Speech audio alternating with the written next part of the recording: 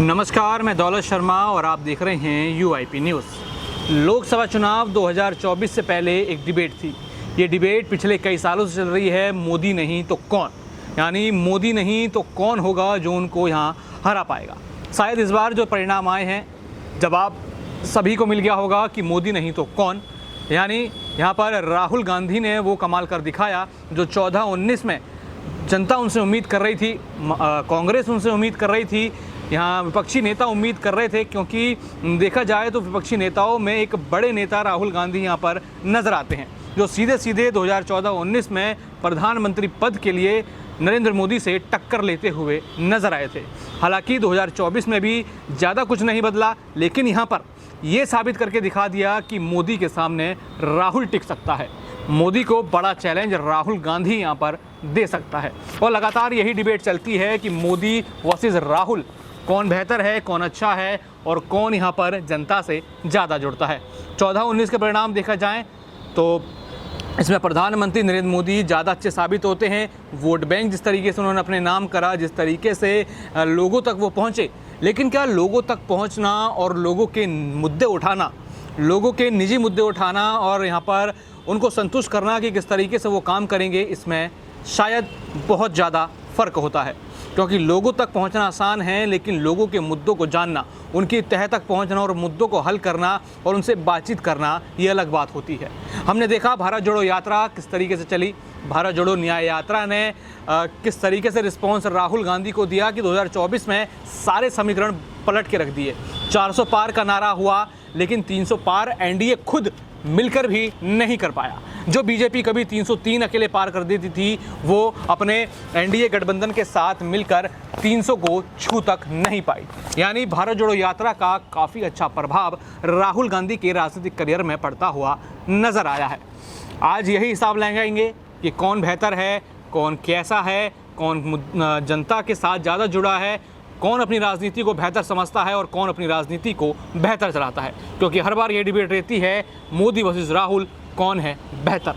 यहाँ पर बात की जाए 24 के चुनावों को देख लिया जाए तो यहाँ पर जो जीत का मार्जिन है वही कहीं ना कहीं चीज़ें बता देता है कि हालात अब बदलते हुए नज़र आ रहे हैं। अब ये 14 वाले राहुल नहीं हैं जो यहाँ पर अजीबोगरीब बयान दें, जो बीच बीच में भूल जाएं, न जाने वो क्या कह दें। ये 24 वाले राहुल हैं जो अभी यात्रा कर कर के काफ़ी ज़्यादा मजबूत हो गए हैं। और ये अब 14 वाले मोदी भी नहीं हैं जो बड़ी बड़ी क्रांतिकारी बातें करा करते थे, बेरोज़गारी ख़त्म कर देने की बातें क्या करते थे, महंगाई को मिटाने की बात करते थे, गरीबी को हटाने की बात करते थे। लेकिन अब ये बात करते हैं हिंदू की, हिंदू राष्ट्र की, मंदिरों की।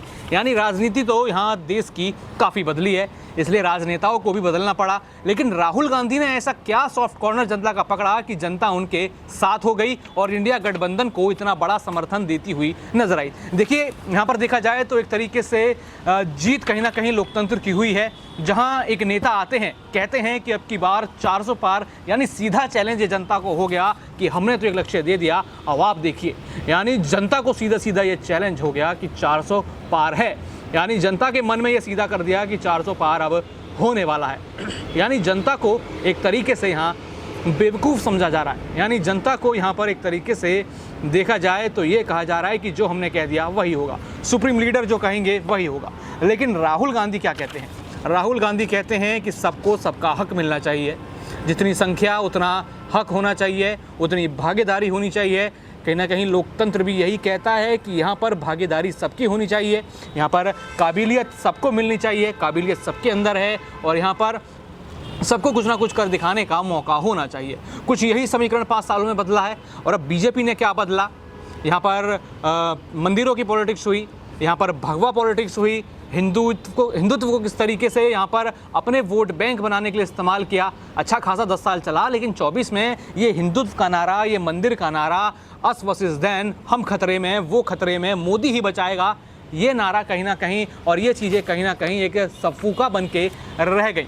क्योंकि यहाँ प्रधानमंत्री नरेंद्र मोदी, जिनको कहा जाता है कि मोदी नहीं तो कौन और मोदी को हराने वाला पैदा नहीं हो, ये चीज़ें हर बार यहाँ पर हमने देखा है। आईटी सेल ने कही हैं, आईटी सेल के लोगों ने कही हैं, भाजपा कार्यकर्ताओं ने कही हैं, यहाँ तक कि बीजेपी के बड़े बड़े प्रोमिनेंट नेताओं ने कही है कि मोदी को तो कोई हरा नहीं सकता। यानी किसकी क्या औकात।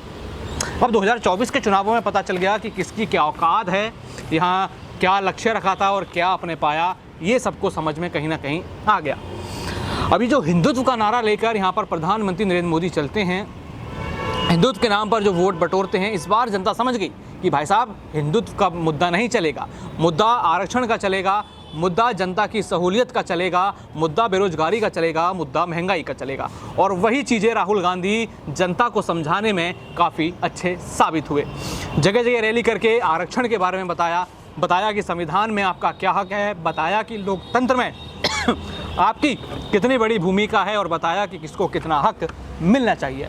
यानी जनता यहाँ मंदिर से ज़्यादा देखेगी कि हमारा हक क्या है, हमें क्या मिलना चाहिए, हमारा विकास कैसे होगा, रोज़गार कैसे मिलेगा, यहाँ पर बेरोजगारी कैसे दूर होगी, महंगाई कैसे मिटेगी और कैसे यहाँ पर कुछ बिजनेसमैनों को सारा का सारा कॉन्ट्रैक्ट दिया जा रहा है। यानी सारा जनता का धन मात्र कुछ 2 या 3 लोगों को दिया जा रहा है, वो कैसे रुकेगा, वो जनता के साथ कितना बड़ा धोखा है। मुद्दा साफ साफ कहा जाए तो यहाँ पर अडानी, अंबानी और प्रधानमंत्री नरेंद्र मोदी का है, जिसका हल्ला लगातार यहाँ पर राहुल गांधी मचाते हुए नजर आए हैं। संसद से लेकर सड़क तक ये मुद्दा लोगों के घर इतना कर गया कि मानो कि यहाँ पर उन्होंने ये सवाल पूछना शुरू कर दिया कि सारी चीज़ें, सारे रेलवे स्टेशन, सारे एयरपोर्ट यहाँ पर मात्र 2 लोगों के खातों में क्यों जा रहे हैं, मात्र 2 लोग ही यहाँ लगातार क्यों अपना इतना बड़ा बड़ा एम्पायर बना रहे हैं। बिजनेसमैन तो इंडिया में कई हैं। स्टार्टअप इंडिया की आपने बात की थी, आप ज़रा बताइए कि स्टार्टअप इंडिया में कितने लोगों ने अपना स्टार्टअप खोला और वो भी इतने बड़े बड़े कॉन्ट्रैक्ट लिए, उन्होंने भी यहाँ पर देश विदेश में नाम कमाया। बात मेड इन इंडिया की हुई थी, उसकी भी सिट्टी पिट्टी गुल यहाँ पर होती हुई नज़र आई।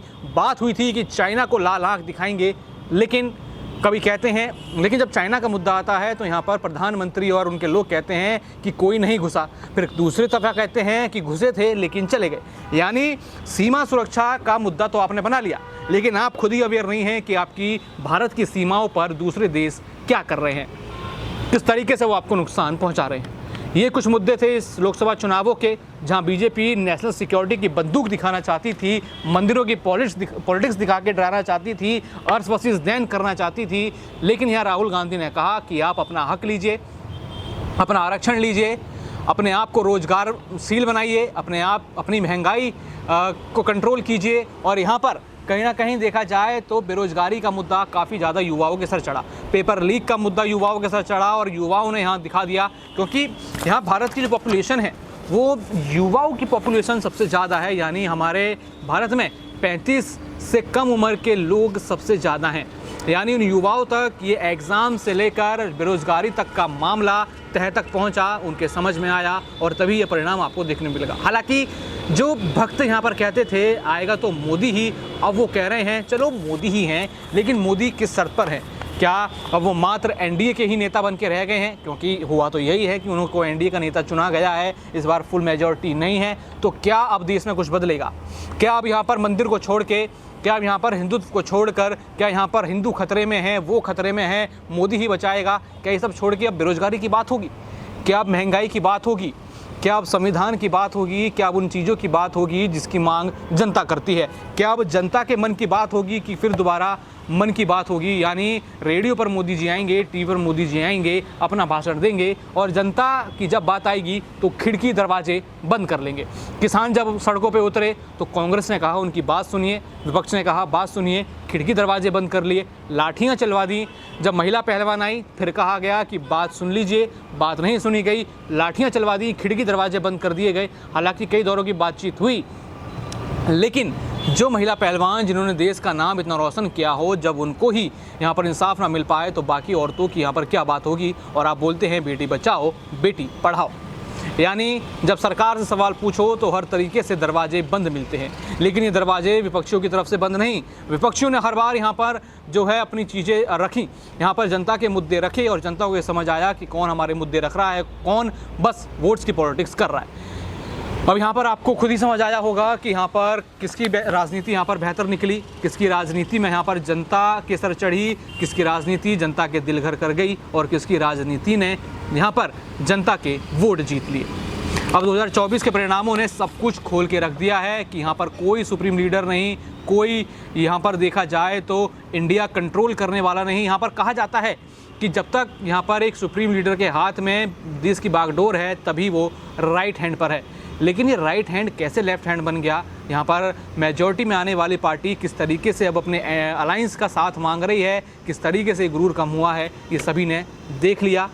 ये कहीं ना कहीं आपने जान लिया होगा कि कौन बेहतर है, कौन जनता के साथ है और किस पर ज़्यादा विश्वास है। हालांकि 2014 से लेकर 24 तक यहाँ पर प्रधानमंत्री नरेंद्र मोदी ने कई सारी ऐसी चीज़ें करी जो जनता के बहुत काम आई।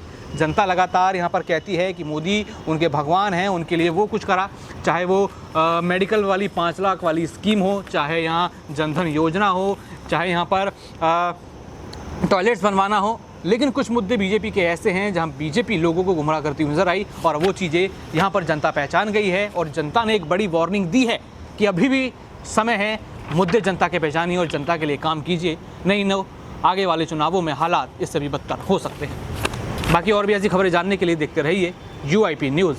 धन्यवाद।